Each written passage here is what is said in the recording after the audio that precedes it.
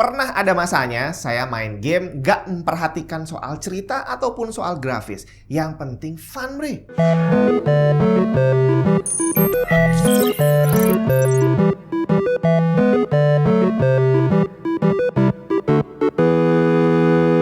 Ya, buat para generasi tua yang dulu sempet ngerasain main game konsol generasi awal gitu ya, Super Mario, terus Final Fantasy zaman Nintendo, Duck Hunt dan sejenisnya. Waktu itu ya karena saya masih anak-anak ya, mungkin karena alasan itulah saya nggak terlalu memikirkan cerita dari sebuah game. Yang penting bisa main game dan seneng, udah itu aja. Walaupun saat itu udah ada game yang ceritanya kompleks macam Final Fantasy, tapi nggak bisa dipungkiri bahwa game itu memang seharusnya fun. Dan akhirnya Super Mario jadi game yang jauh lebih sukses dibandingin Final Fantasy. Super Mario Bros. Pertama terjual lebih dari 40 juta kopi. Jauh lebih banyak dari Final Fantasy 1 sampai 4 yang kalau digabung totalnya hanya menyentuh angka 34 juta kopi lebih dikit. Waktu itu saya nggak pernah berpikiran siapa itu Mario, terus gimana dia bisa ada di dunianya itu, dan sebenarnya apa sih yang dia lakukan. Lompat-lompat menghindari rintangan, terus nginjek-nginjek musuhnya.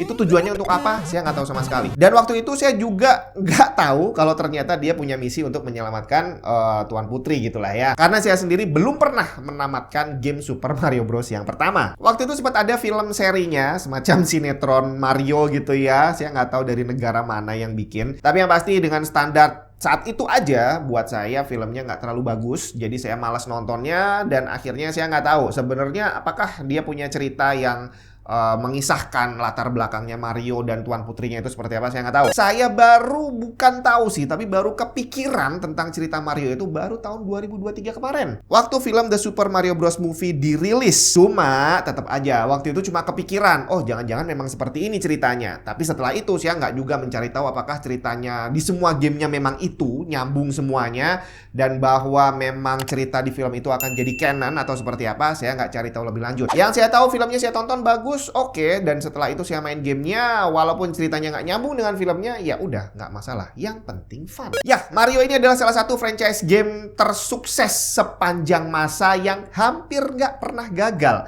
Dan kalau saya perhatikan, kuncinya sepertinya ada di simplicity, bre. Nggak perlu berlebihan waktu memikirkan ide sebuah game. Nggak usah overthinking, nggak usah mikirin budgetnya harus gede, nggak usah mikirin ceritanya harus alurnya begini begitu yang ribet banget. Nggak usah. Game itu harusnya fun. Udah, itu aja yang dipikirin gimana caranya bikin game yang bisa dinikmati sama banyak orang. Bahkan sempat ada omongan yang saya dengar tentang game Super Mario bahwa katanya gamenya ini dibikin sama orang-orang yang lagi mabok. Jadi mereka lagi kumpul, bingung mau bikin game seperti apa, ya udah bikin aja tukang pipa yang loncat-loncat terus nginjek-nginjekin jamur dan kura-kura untuk menyelamatkan Tuan Putri. Gak usah dibikin pusing. Dan setelah saya coba untuk telaah, saya coba cari tahu lebih banyak lagi tentang Mario, kok kayaknya omongan tadi ada benernya ya. Shigeru Miyamoto, pembuat game Mario dan Zelda, dalam sebuah interview pernah bilang bahwa dia nggak terlalu suka dengan story di dalam game. Bukan karena dia nggak suka game dengan alur cerita, tapi buat dia video game adalah tentang gameplay. Dan ternyata formula ini sukses besar. Selama puluhan tahun nggak pernah ada orang yang mempedulikan cerita dari game Mario.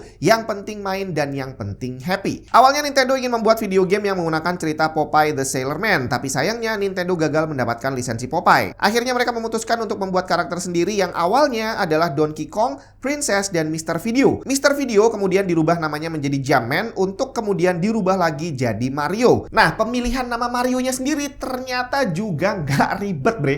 Jadi waktu itu Nintendo nyewa sebuah warehouse di Amerika dan warehouse ini pemiliknya punya nama Mario Segale. Dan akhirnya udah, nama Mario itu diambil dari pemilik warehouse-nya, bre. Jadi bukan cuma konsep gamenya, bahkan pemilihan nama untuk karakternya juga dibuat dengan santai. Sampai akhirnya Pak Miyamoto dihadapkan pada sebuah pertanyaan serius yang dia sendiri nggak bisa jawab. Siapa nama belakang Mario? Dan ini bukan pertanyaan main-main loh. Dari sebuah interview dengan Gamer Informer di tahun 2012, Pak Miyamoto cerita bahwa saat pembuatan film Super Mario Bros. Movie yang dirilis tahun 1993, saat masih pada fase penulisan skrip, ada momen di mana karakter utamanya harus punya nama belakang. Nah, Pak Miyamoto ini nggak pernah mikir nama belakangnya Mario dan Luigi. Akhirnya ada satu usulan bahwa judul movie-nya kan adalah The Super Mario Brothers gitu ya. Dimana karena namanya Mario Brothers, berarti Mario itu sebenarnya sebetulnya adalah nama keluarga. Sama seperti Wright Brothers, Jonas Brothers itu adalah nama keluarga. Jadi saat dibilang nama belakang, ya yang tertulis di situ adalah nama belakangnya. Akhirnya usulannya muncul bahwa nama Mario itu adalah Mario dan Luigi adalah Luigi Mario. Dan waktu itu Pak Miyamoto langsung ngakak bre, ketawa doang dan langsung setuju, ya udah pakai aja. Tinggal setelah itu para penggemarnya nih yang jadi overthinking. Mereka jadi mikir, nah berarti itu namanya canon dong. Apakah memang nama aslinya Mario, nama panjangnya seperti itu, dan itu berlaku di semua gamenya, atau cuma berlaku di film itu doang? Pak Miyamoto sendiri nggak pernah melakukan konfirmasi. Dia cuma ketawa waktu diajuin usulan namanya itu dan nggak pernah ada konfirmasi lagi. Jadi terserah lu mau mikir namanya siapa, yang penting gue bikin gamenya dan lu seneng maininnya. Beberapa waktu lalu kita udah pernah ngobrol tentang apakah PS5 bisa bertahan atau enggak untuk membuat konsol, karena semakin kesini budget untuk membuat game itu semakin besar dan waktu yang dibutuhkan untuk merilis sebuah game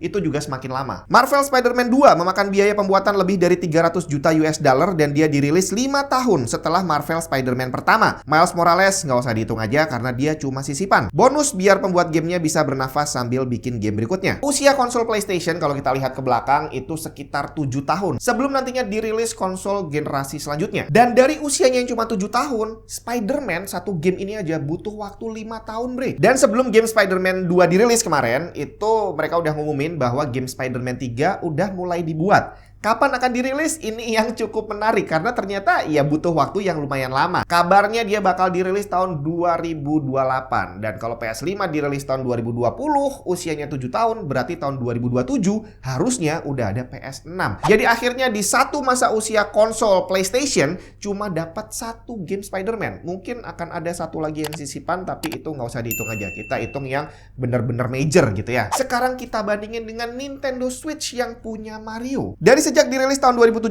menurut Nintendo Fandom, udah ada 27 judul game Mario yang sudah dirilis untuk Nintendo Switch. Di website resmi Nintendo, kalau kita masukin juga game yang karakternya berkaitan dengan Mario, udah ada sekitar 34 judul game yang dirilis untuk Nintendo Switch. Bandingin di Spider-Man untuk PS5 yang sampai hari ini baru punya satu. Tapi kehebatan Mario nggak berhenti sampai di situ. Hanya karena gamenya fun dan dibuat dengan santai, bukan berarti dibuat dengan asal-asalan. Di luar penjualan game dan tiket movie, kalau ada, ternyata ada satu hal yang dimiliki Mario yang susah banget dilawan sama franchise game lain. Jualan merchandise, bre. Penjualan merchandise resmi Mario nggak kalah dengan penjualan gamenya. Kita ambil contoh tahun 1989. Penjualan merchandise Mario di Amerika Serikat mencatat angka 200 juta US dollar. Bahkan di tahun 1993 penjualannya mencapai 500 juta US dollar. Sebagai pembanding, di era yang sama, Final Fantasy 4 yang dirilis di Nintendo tahun 1991 dan dirilis lagi untuk PS1 di tahun 1997, kalau di total penjualannya cuma sekitar 180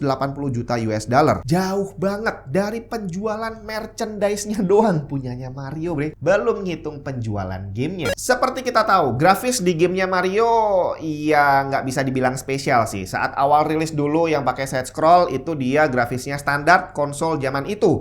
Terus seiring dengan perkembangan zaman, para pembuat game semakin berlomba membuat game 3 dimensi yang semakin lama semakin realistis.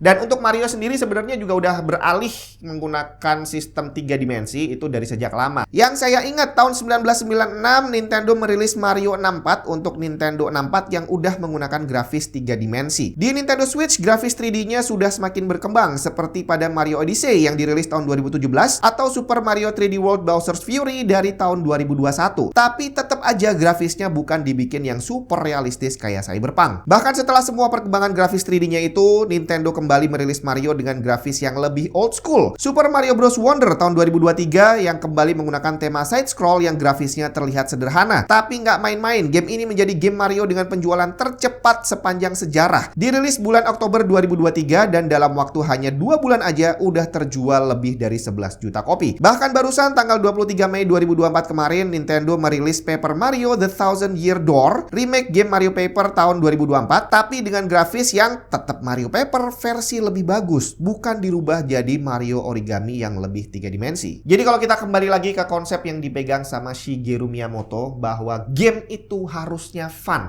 Ada cerita boleh, tapi itu bukan intinya. Gak usah dibikin ribet. Overthinking hanya akan membawa kita menjadi over budget dan juga overtime, di mana hasilnya nanti setelah semuanya dilakukan belum tentu akan sesuai dengan harapan kita dan harapan gamer yang udah nungguin. Dan sepertinya melihat perkembangan game yang seperti sekarang ini, di mana gamenya iya sih grafisnya semakin bagus, tapi ternyata gameplay nggak semuanya bagus dan nggak semuanya fun untuk dimainin.